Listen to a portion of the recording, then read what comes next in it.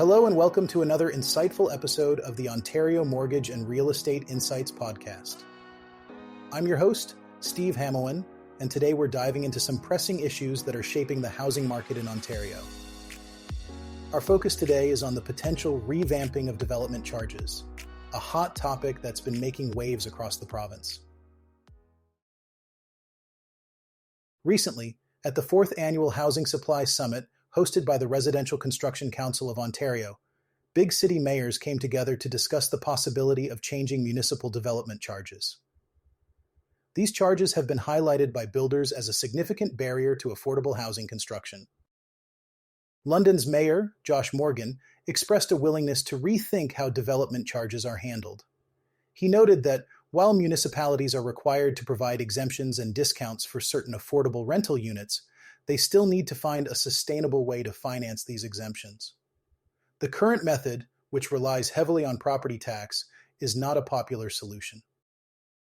Mayor Morgan emphasized that as cities continue to grow and develop more infrastructure like schools and hospitals, it's crucial to find a way to replenish the development funds without overburdening taxpayers.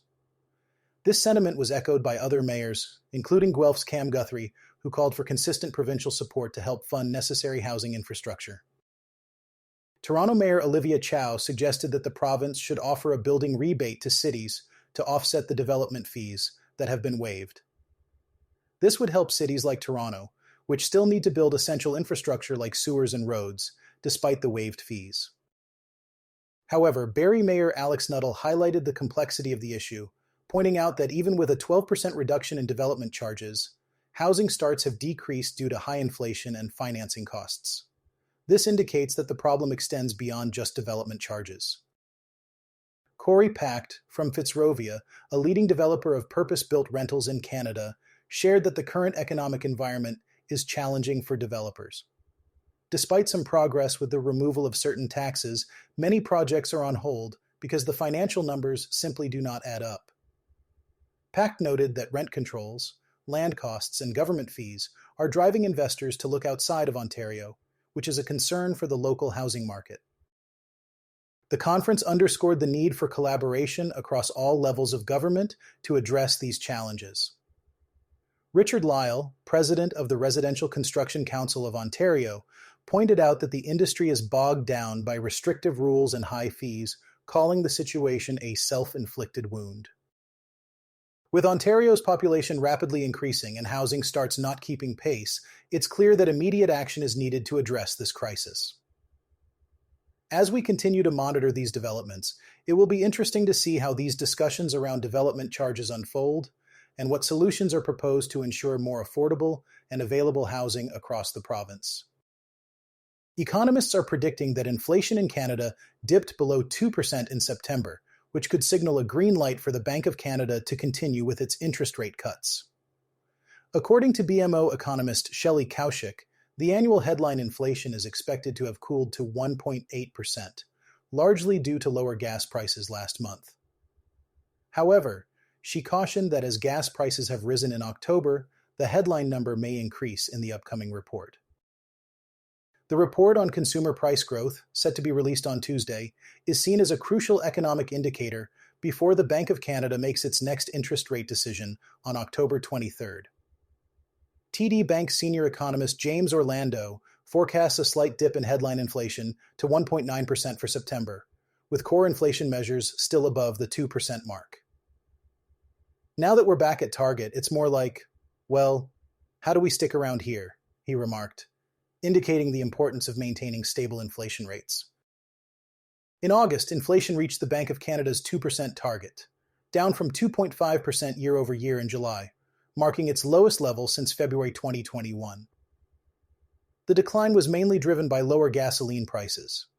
Nathan Jansen, assistant chief economist at RBC, noted that while underlying inflation pressures are slowing, shelter costs, including mortgage payments, continue to exert upward pressure on inflation. He pointed out that this pressure is gradually easing as interest rate cuts begin to influence the economy, although mortgage interest costs will remain elevated for some time. The Bank of Canada initiated interest rate hikes back in March 2022 to combat inflation, pausing mid-2023 at 5% before starting to cut rates in June. It has since reduced rates 3 times this year and is anticipated to continue doing so, especially as sectors like the labor market have shown signs of weakness. Interestingly, despite a stronger than expected labor market in September, where more than twice as many jobs were added compared to August, the unemployment rate dipped to 6.5%. However, the overall trend shows a steady weakening, reinforcing expectations for further rate cuts in October and December. The central bank has so far opted for quarter percentage point cuts, but its U.S. counterpart recently initiated its rate-cutting cycle with a more aggressive half-point reduction. Orlando anticipates the Bank of Canada will stick with quarter-point cuts for now, although he acknowledges there is no immediate data suggesting a need to accelerate these cuts. The Bank of Canada is more focused on the labor market now than on inflation, he said, noting that while Friday's jobs report was not as weak as feared, it does not necessitate a quicker pace of rate reductions. Some economists, like Nathan Janzen, believe the central bank might opt for larger cuts of 0.5 percentage point in the upcoming months, citing evidence that current interest rates may be excessively high. Shelley Kaushik also considers the possibility of a half-point cut, stating that the decision between a 25 and 50 basis point reduction remains uncertain. Bank of Canada Governor Tiff Macklem indicated in September that larger cuts could be on the table if economic conditions continue to show weakness. Adding to this economic landscape, the Bank of Canada's recent surveys on consumer and business outlooks reveal a subdued sentiment, with consumers slightly less pessimistic about their finances, yet still reducing spending. This aligns with the broader narrative of cautious optimism as the economy navigates through these challenging times. We'll continue to keep an eye on these developments and how they influence the housing market here in Ontario. In our final segment today, let's turn our attention to a recent study that has placed Barrie at the bottom of the list among large Canadian cities when it comes to mortgage-free homeowners. According to the study conducted by online gambling experts at Cassez-Vous, who analyzed Statistics Canada data, only 31.8% of homeowners in Barrie have paid off their mortgages. This is the lowest percentage among the more than 30 Canadian cities included in the analysis. The study took into account data on private households, including those with a mortgage, without a mortgage, renters, and those in subsidized housing. Specifically, the study recorded 57,315 households in Barrie, with 18,260 being mortgage-free and 39,060 still carrying a mortgage. This underscores a significant financial burden for many Barrie residents compared to other regions. Interestingly, the study also highlighted that many areas within Ontario dominate the top 10 rankings for mortgage-free homeowners. A Cassez-Vous spokesperson noted that the leading locations are more attractive to older homeowners who are statistically more likely to have paid off their mortgages.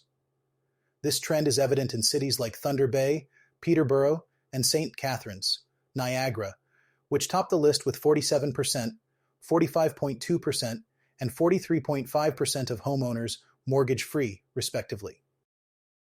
Toronto, the largest city in Ontario, ranks 18th on the list with 38.3% of homeowners having paid off their mortgages. This data provides a fascinating insight into the economic landscape across Ontario's cities, revealing how factors like local economies, demographics, and housing markets influence homeowners' ability to become mortgage-free. As we wrap up today's episode, it's clear that the housing market in Ontario is subject to a wide range of influences, from development charges and inflation to mortgage trends and economic conditions. We'll continue to keep a close eye on these factors as they evolve and impact the real estate landscape here in Ontario. Thank you for joining me on this episode of the Ontario Mortgage and Real Estate Insights podcast. I hope you found our discussions enlightening and informative. Until next time, stay informed and make those well-informed decisions. I'm Steve Hamoan, signing off.